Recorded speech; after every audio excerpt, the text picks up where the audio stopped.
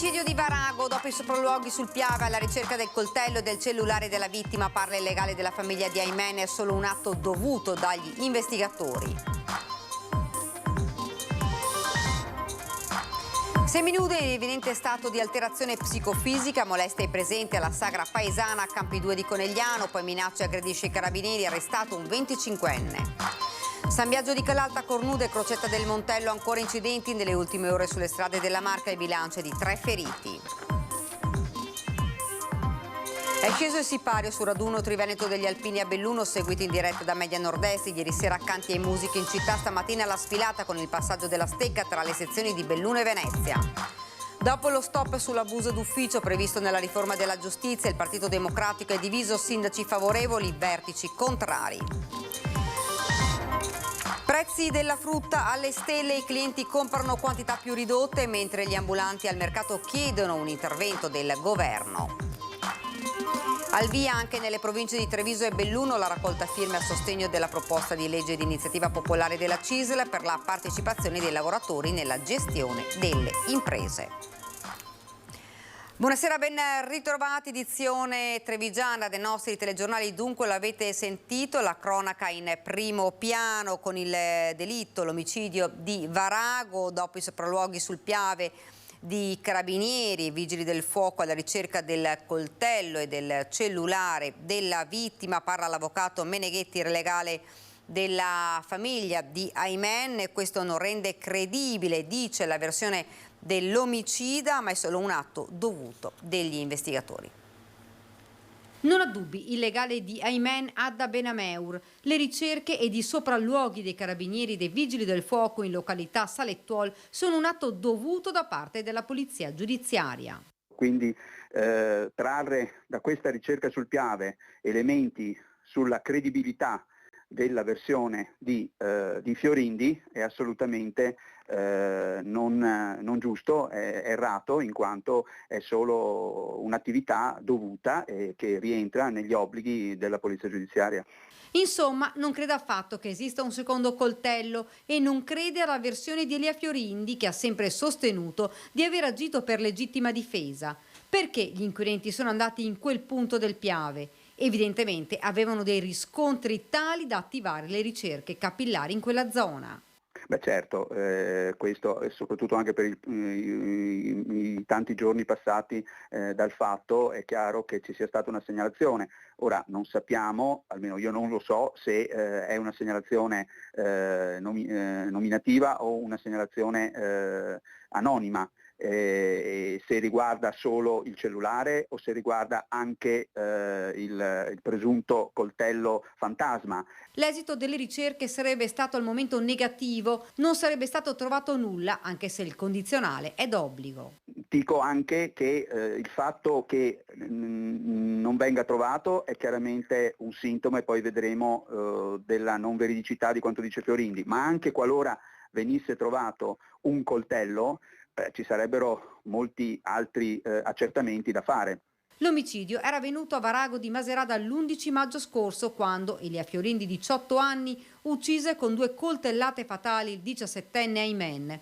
Una tragedia che si è consumata dopo una lite per droga. Il luogo dove gli investigatori hanno cercato il cellulare ed il coltello dista qualche chilometro da dove è avvenuto il delitto.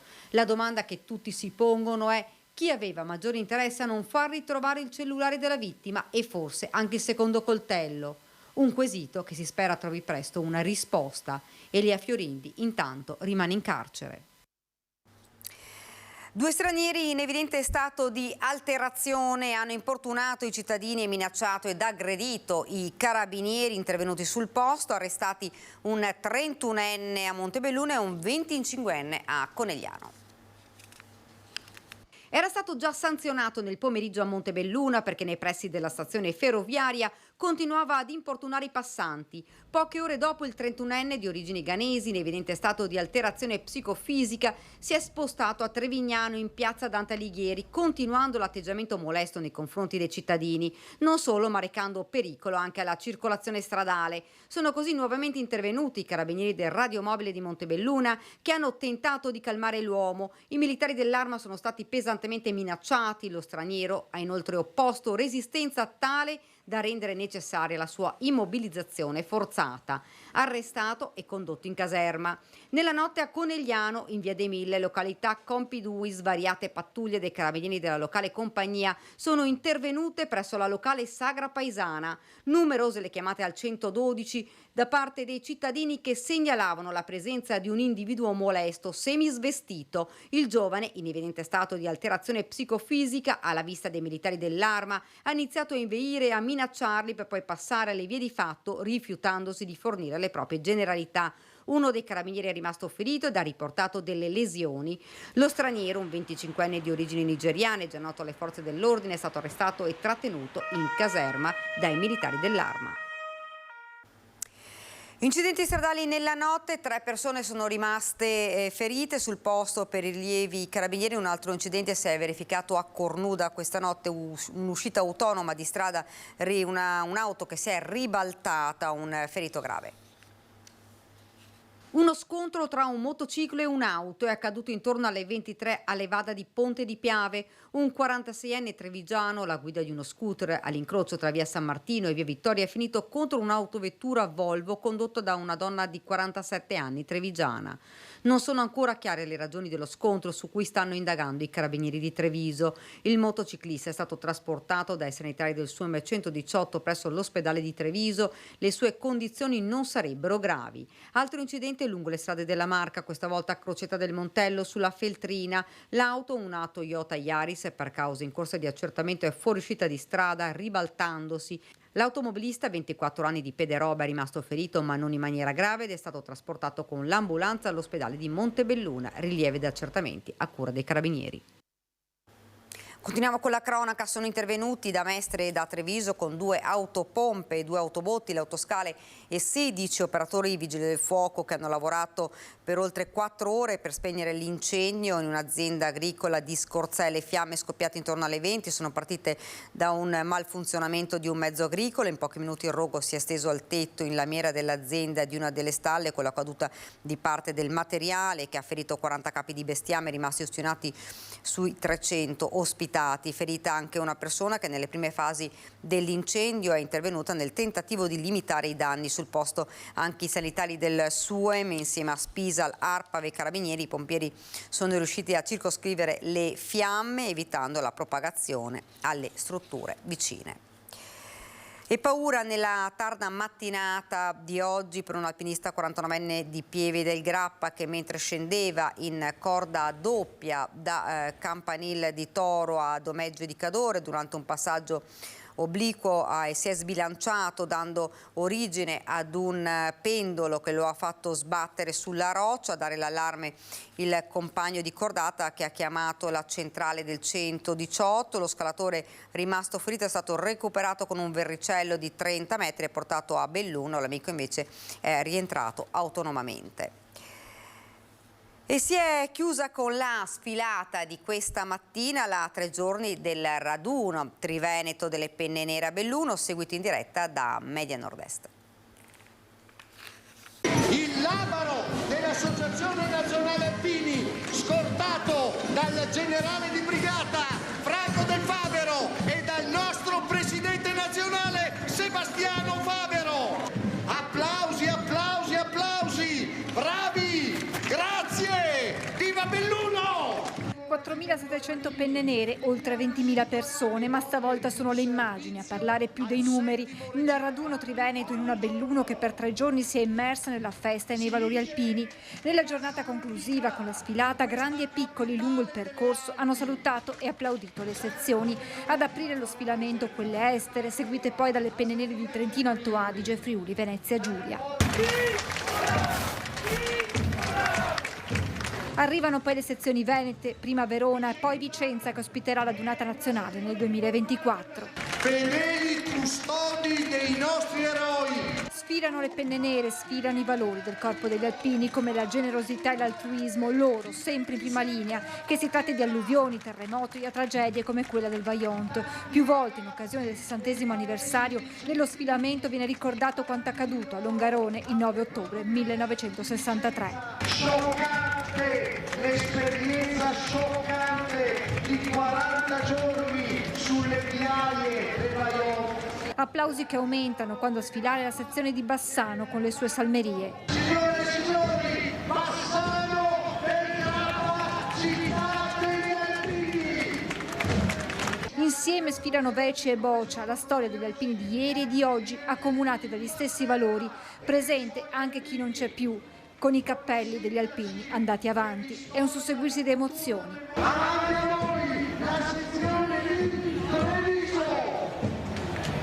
Da Conegliano a Padova, da Vittorio Veneto con le sue salmerie, Valdobbiadene, da Feltre al Cadore, sfilano le sezioni fino al momento conclusivo con Venezia e Belluno, la sezione che ospiterà la Triveneta 2024 a San Michele al Tagliamento e Bibione e quella che ha accolto quest'anno le Penne Nere. Savanna vince la sezione di Belluno! Il sipario cala con il tradizionale passaggio della stecca tra Belluno e Venezia. È con questo spirito che consegniamo a chi organizzerà il raduno del prossimo anno, ovvero agli amici della sezione di Venezia, la stecca sino ai giorni del 2024. Intorno a noi non ci saranno le crode come qui a Belluno, ma il mare che accoglie l'acqua dei tanti fiumi, sacri alla patria, nati dai nostri monti, testimoni delle sofferenze in guerra e del nostro lavoro.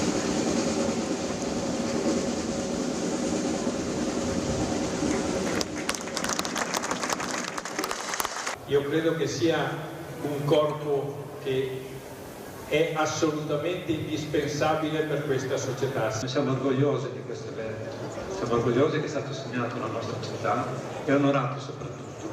Speriamo di essere all'altezza di Belluno per quello che ha fatto. Le conclusioni nelle parole del presidente del Veneto Zaia: se tutti fossero come gli alpini non avremmo problemi nel mondo. Il prossimo anno è l'anno dell'alpino, lo posso dire, per i Veneti è sicuramente l'anno dell'alpino. Abbiamo donata a Vicenza, noi non sbagliamo il colpo di Vicenza perché sarà l'apoteosi.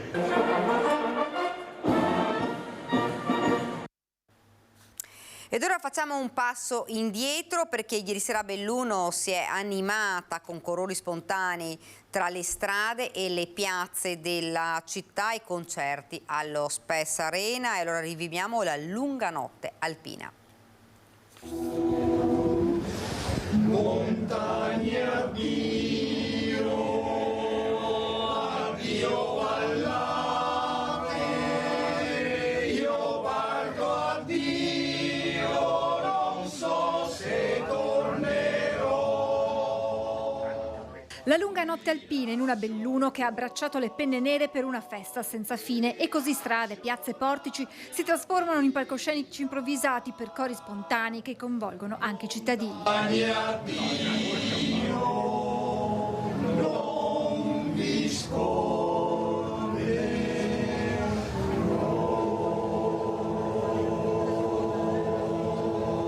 Passeggiando si incontra il passato e il presente delle Penne Nere, Veci e Boccia fianco a fianco per scambiarsi le emozioni della Triveneta. Ho avuto il nonno tenente che è stato qua col collega maresciallo che appunto ha trasmesso il fantastico mondo degli alpini al mondo della gioventù. La musica protagonista del sabato sera bellunese non solo tra le vie della città ma anche e soprattutto nel concerto allo Spes Arena.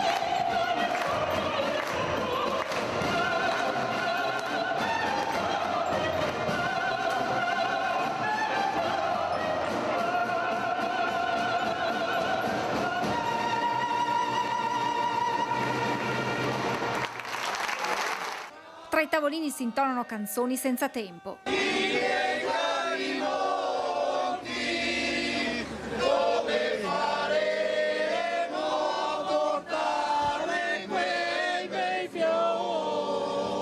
Ma la Triveneta è anche l'occasione per incontrare e riabbracciare dopo anni i commilitoni. Brividi, solo brividi, si provano sentimenti unici, solo chi ha vissuto all'interno delle mura di una caserma e ha condiviso il tempo e lo spazio con altri ragazzi a 20 anni può provare. La sera continua, si suona, si canta tutti insieme.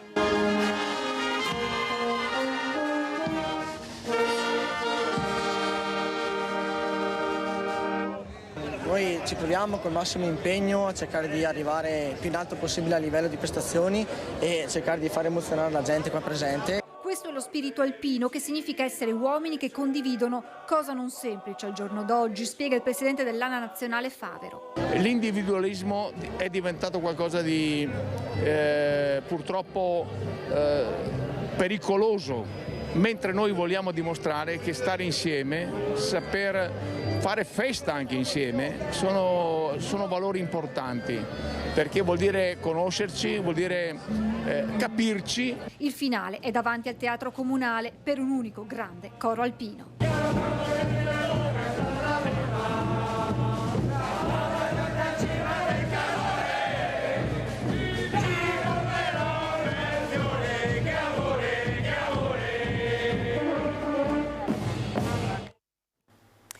Ed ora parliamo invece della riforma della giustizia. Dopo lo stop all'abuso d'ufficio, il Partito Democratico è diviso, i sindaci favorevoli, vertici contrari.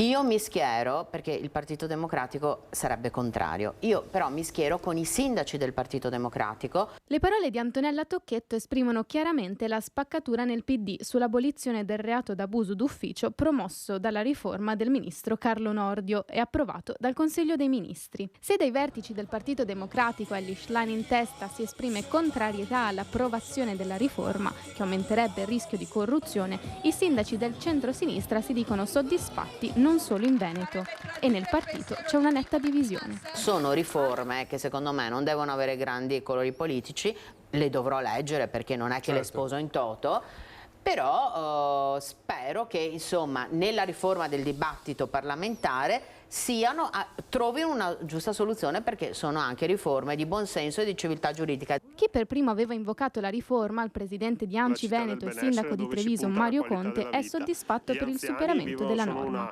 Schierati in prima fila, i primi cittadini si trovano a rispondere in prima persona in qualsiasi situazione.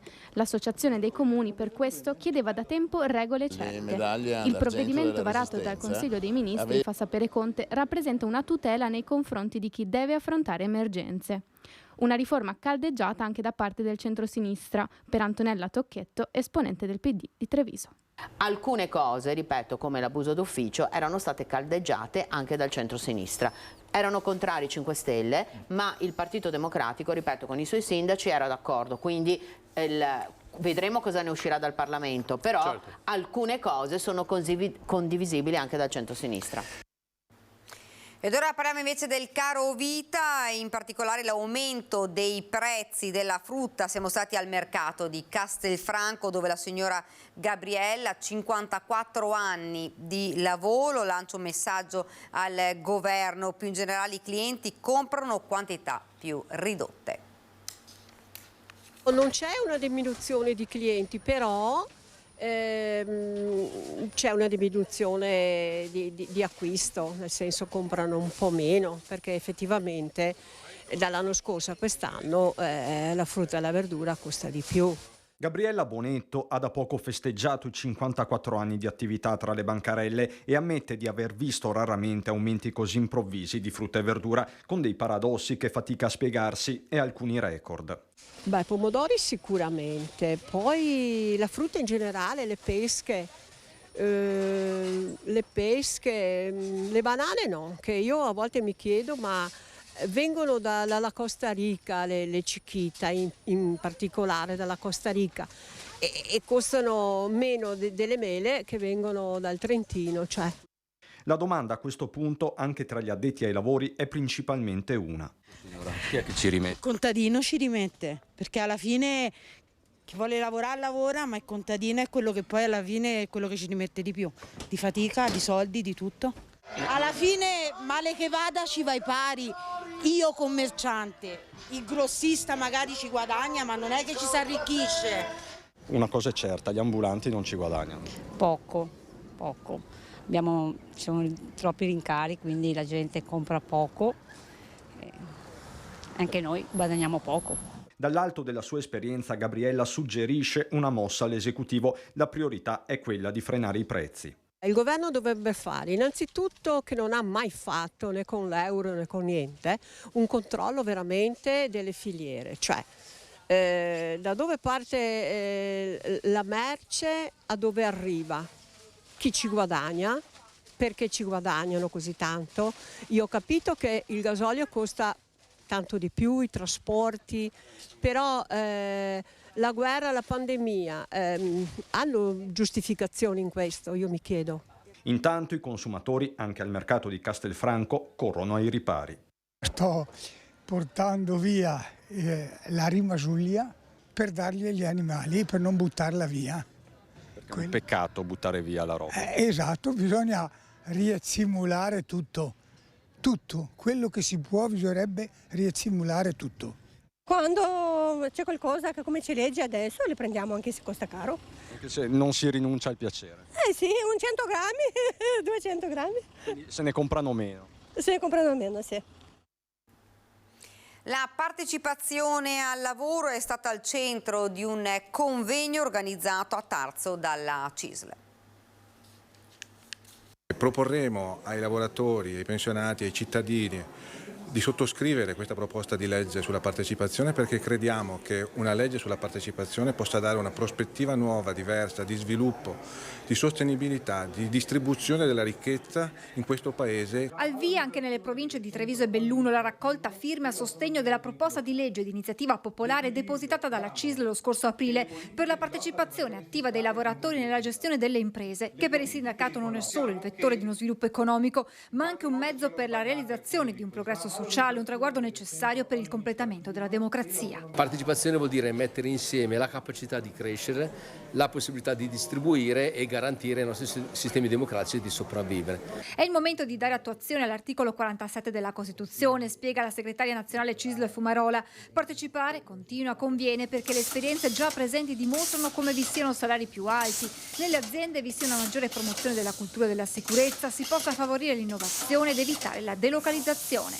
Tutto questo lo si deve realizzare attraverso la contrattazione, attraverso nuove relazioni sindacali che devono appunto corrispondere alle attese del mondo dell'impresa e del mondo dei lavoratori. Nell'articolo 46 ci sono due termini: il diritto dei lavoratori a partecipare, ma farlo in armonia con le imprese. La proposta di legge depositata lo scorso aprile alla Corte di Cassazione di Roma prevede forme di partecipazione a diversi livelli: gestionale, finanziaria, organizzativa, consultiva. Dopo la crisi causata dalla pandemia, prima dalla guerra in Ucraina, poi le imprese puntano ad essere sempre più competitive, ingrandendosi e affrontando le sfide della complessità, spiega Maurizio Castro. Si vince la sfida della complessità aprendo la governance delle imprese alla partecipazione di tutti gli stakeholder, a cominciare dal più cruciale fra tutti, i lavoratori. Il futuro è della partecipazione. Dal 26 giugno sarà possibile firmare in tutte le sedi municipali delle province di Treviso e Belluno per sostenere l'iniziativa. Zecche nelle Alpi e prealpi trevigiane, ma anche nella zona della Pedemontana, l'ULSS ha avviato una campagna per far conoscere i rischi che si possono incorrere se punti da una zecca infetta. Indumenti di colore chiaro, idrorepellenti contro le zanzare, pantaloni lunghi sono le prime mosse per prevenire la puntura di una zecca. Della famiglia degli acari, questi esserini minuscoli praticamente invisibili stanno infestando i prati incolti e i boschi delle nostre montagne, ma sono presenti soprattutto in estate anche nei prati della Pedemontana. Dal Servizio Igiene Pubblica e Sanità dell'USL 2 è partita una campagna per informare gli escursionisti su come estrarre correttamente una zecca e su quali malattie questo animale può portare.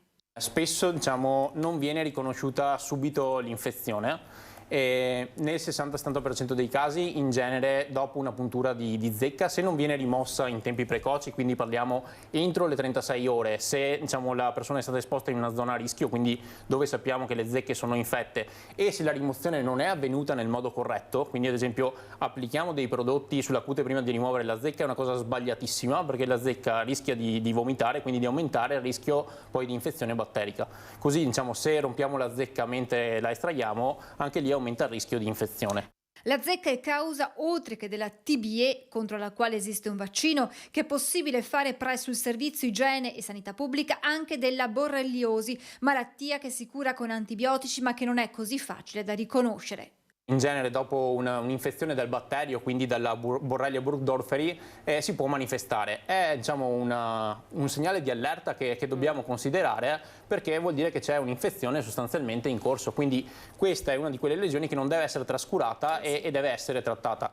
Il 15% delle zecche presenti in montagna è infetto. Rimuovere la zecca in modo corretto entro le 32 ore permette addirittura di evitare la profilassi. Fondamentale diventa l'autocontrollo di sé e dei propri cari, dei propri animali, dopo un'escursione. È una cosa sicuramente da fare, bisogna farsi anche aiutare perché la zecca ha delle aree anche preferenziali, no? Quindi ad esempio il cuoio capelluto, la parte posteriore delle gambe, nell'incavo, diciamo al polpaccio e quindi diciamo, controllando abbiamo la possibilità comunque di fare prevenzione. Ha preso il via il servizio civile universale per 110 ragazzi della Marca trevigiana dai 18 ai 29 anni che hanno aderito alla proposta di partecipazione al programma Intrecci di Comunità, un anno a servizio della comunità a loro scelta, volta a promuovere pace, solidarietà, tutela dell'ambiente e cultura. A loro va una cosa importante, l'incontro tra i loro sindaci, le loro amministrazioni e loro stessi per questo avvio.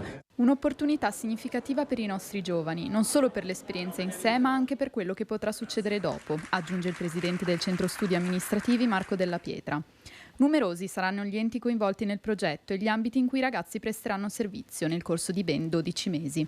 Sicuramente ragazzi che andranno sia nel campo dell'ambiente, della cultura, della parte relativa al sociale, in particolare anziani, minori e disabili, e sicuramente delle progettualità con tutti gli altri soggetti del territorio. Creatività e forza di immaginazione. Un plus per introdurre nuovi orizzonti, dichiara il presidente della provincia di Treviso Stefano Marcon, che sottolinea ancora l'importanza di questa esperienza formativa. Seguire lo spirito di servizio nei confronti della comunità. Questo l'augurio finale della presidente Paola Roma. E a Silea, presso il centro anziani, il corso Pizzaioli, iniziativa nata dalla sinergia di tutti i soggetti coinvolti nel territorio del Trevigiano, dal comune alle aziende.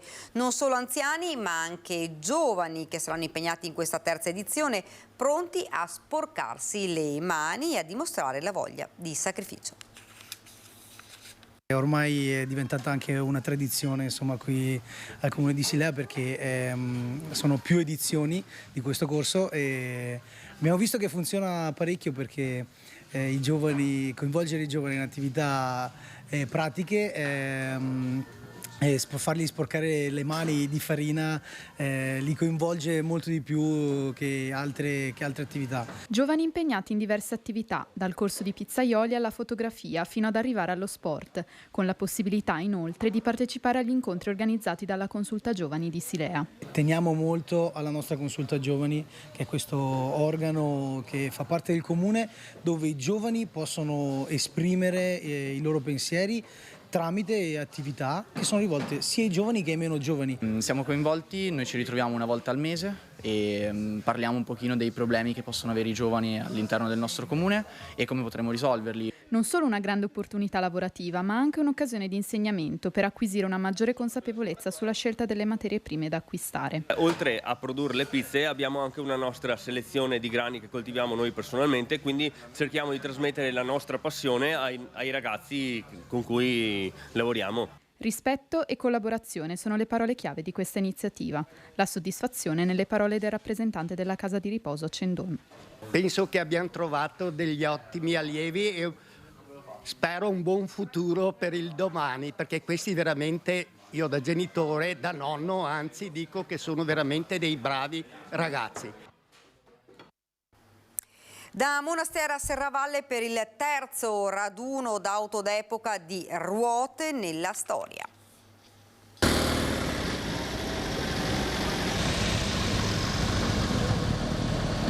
Monastiera ha salutato la partenza della terza edizione di Ruote nella Storia, non solo un raduno di auto d'epoca, ma anche un'ulteriore occasione per scoprire le bellezze del nostro territorio tra turismo, cultura ed enogastronomia. Sono questi gli ingredienti della giornata che ha visto partecipare una quarantina di equipaggi a bordo di veri e propri gioielli a quattro ruote. Valorizzazione non solo del patrimonio culturale e storico delle auto, ma soprattutto valorizzazione del patrimonio dei nostri bei borghi della provincia trevigiana. Il corteo ha raggiunto uno dei borghi più belli d'Italia, Serravalle a Vittorio Veneto, dove 2 guide hanno accompagnato gli equipaggi alla scoperta delle sue bellezze. Perché lo scopo è sempre favorire la conoscenza turistica per questi equipaggi che hanno questa doppia opportunità di poter partecipare a un raduno, divertirsi fra di loro, ma anche di vedere dei bei borghi e poi, perché no, di mangiare bene. È anche un'occasione per ripercorrere la nostra storia recente attraverso l'esposizione di queste meravigliose auto che raccontano appunto quello che è stata anche l'evoluzione.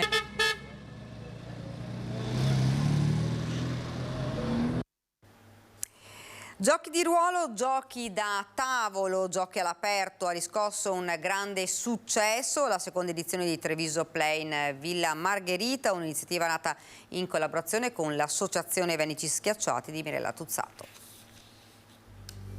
Un combattimento con spade laser, che non è solo un gioco, ma uno sport a tutti gli effetti.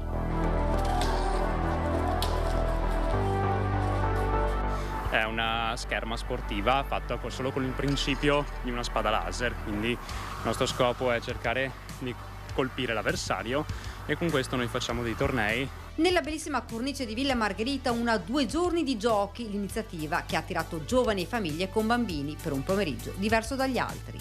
Giochi di tutti i tipi, giochi di ruolo, giochi da tavolo, giochi all'aperto in giardino. E grazie a Mirella e a Villa Margherita Inclusiva riusciamo a organizzare questi 2 giorni in cui aggreghiamo anche altre associazioni oltre alla nostra. Tra le sale della villa, gruppi di giovani intenti a giocare. Qui stanno giocando a un gioco di ruolo dove i vari giocatori interpretano un personaggio come fossero all'interno di un film. Come ti sembra questo gioco? Bello. Complicato? No, abbastanza facile, intuitivo. Che a me piace, lo trovo abbastanza anche intuitivo, bello come sistema e tutto. Lo conoscevo già, dato che è ispirato ad Dungeons & Dragons, quindi che conosco. Ci spostiamo in un'altra sala. Qui stanno preparando un fotoset per i cosplayer. I cosplayer sono ragazzi, ragazze che si vestono con gli abiti e le sembianze dei loro personaggi preferiti. Siamo vestiti da Sara e Gaiti di Mermaid Melody, che è il mio anime preferito e lui è stato un po' obbligato. No, dai, l'ho fatto volentieri. Ecco, esatto, è una storia di sirene, ricorda un po' la Sirenetta come racconto, molto appassionante. Io sono Lady Catherine, sono la rappresentazione di un vampiro.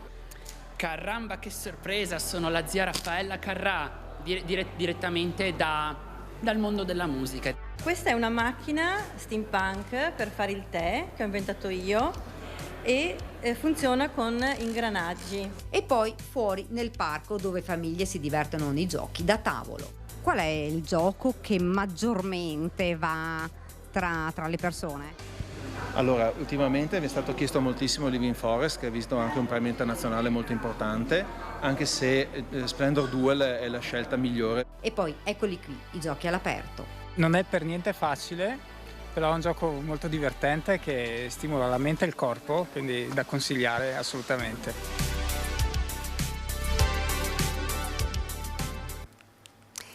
Emozioni tra ricordi, biciclette e incroci di lingue, raccontato nell'ex caserma Piave, un viaggio in bicicletta che durerà mesi per promuovere la pace.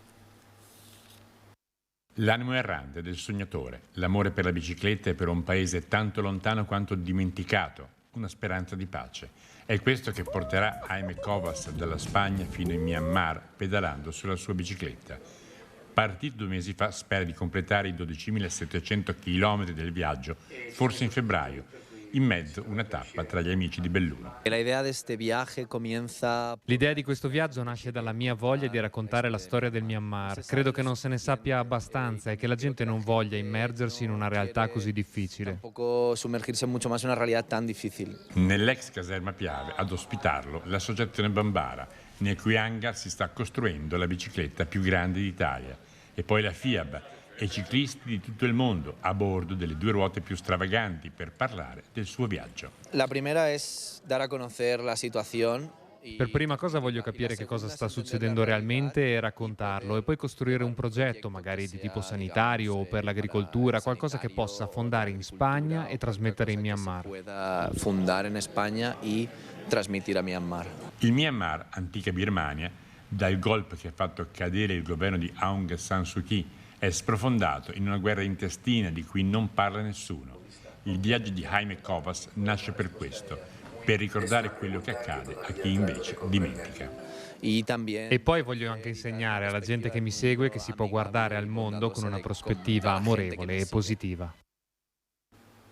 Ed è davvero tutto per questa edizione del nostro telegiornale. Vi lascio alle previsioni del tempo. Grazie davvero per averci seguito e buona serata.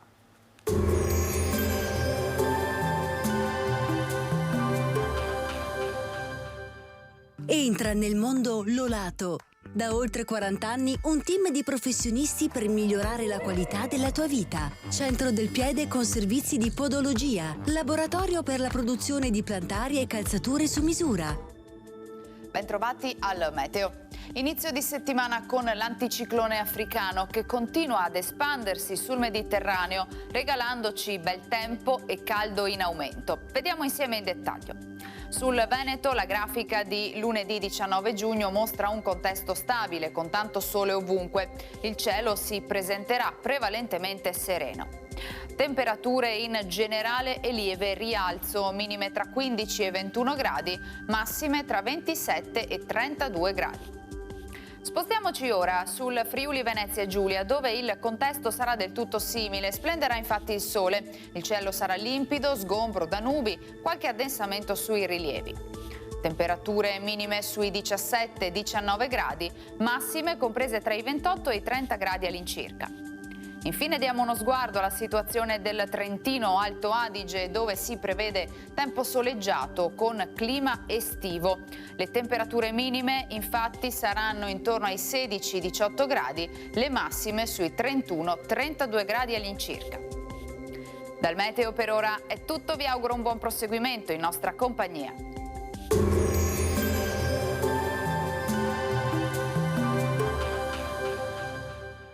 Busti, tutori e protesi di arto personalizzati. Ortopedia e sanitaria Lolato. A Treviso e Montebelluna. Lolato, soluzioni per star bene.